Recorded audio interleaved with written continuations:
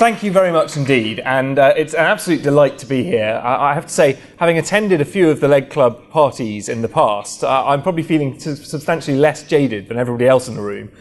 So I know that you always throw a fantastic party, and I'm absolutely delighted to have the Leg Club conference coming here to Six Ways on the edge of my constituency in Worcester once again. Like every politician, I am no expert, and I'm certainly no expert when it comes to wound care. In fact, I'm pathetically squeamish when it comes to these things, and could never do the amazing job that nurses at the Leg Club do day in, day out.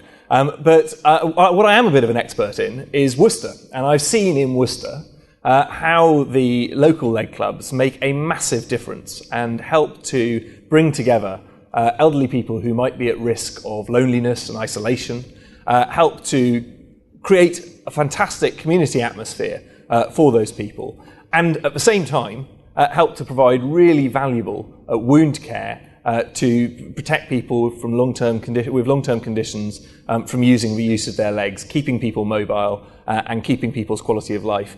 It is an amazing creation that Ellie and so many other people in this room have brought together, and it is a fantastic example for the whole country, for the NHS, and for the government, frankly, to learn how industry and charities and the NHS can work together to create something incredibly special.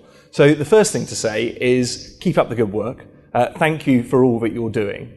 The second thing for me to do is to pay tribute to the industry partnership and all the supporters, all the volunteers who make the leg clubs possible. And of course, to your founder, Ellie Lindsay, who would shoot me if I didn't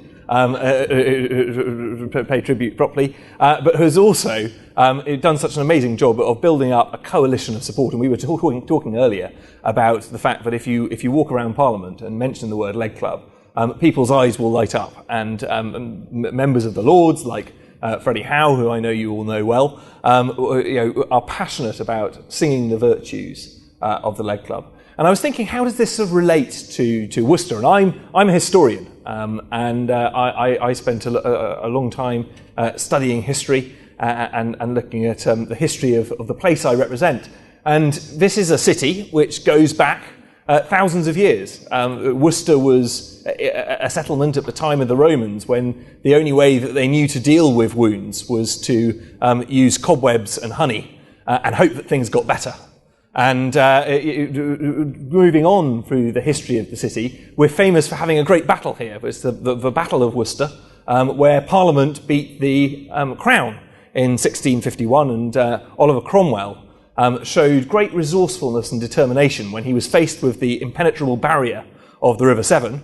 He looked back in his history, he'd read his Julius Caesar, he built a bridge of boats, and he crossed the River Severn, he crossed that barrier, and he solved the problem to defeat King Charles. Now, I'm a royalist, so I think it's a bit of a shame, to be honest, but there we go. As a member of Parliament, I suppose I have to say the right side won.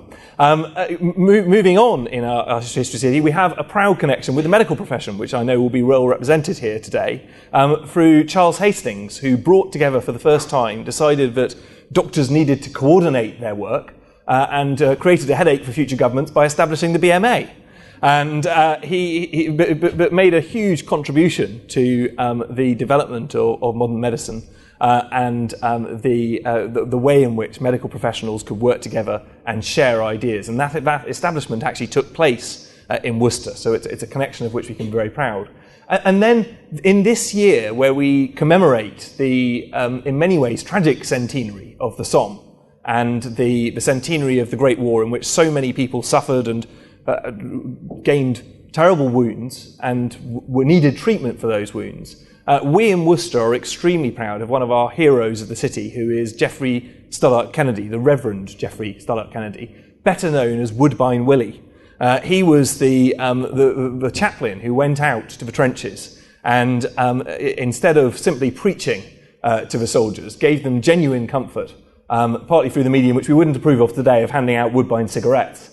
But he was hugely popular with the soldiers, and they built memorials to him, and he was a great figure in Worcester's history. And I was then thinking of all these figures, and thinking actually how, in pulling together the Leg Club, not only has Ellie and everybody who's contributed it not only have they brought together an incredible partnership of public sector and charities and volunteers to do great things for communities around the country, but actually they've also shown the resourcefulness and determination that Cromwell showed, the willingness to work together and the innovation that Charles Hastings showed in Worcester, and crucially, and most important of all, the crucial element to all care in our health service and in our leg clubs in particular is the compassion and the care that we in Worcester like to see as celebrated through Woodbine Willie. So it's very, very special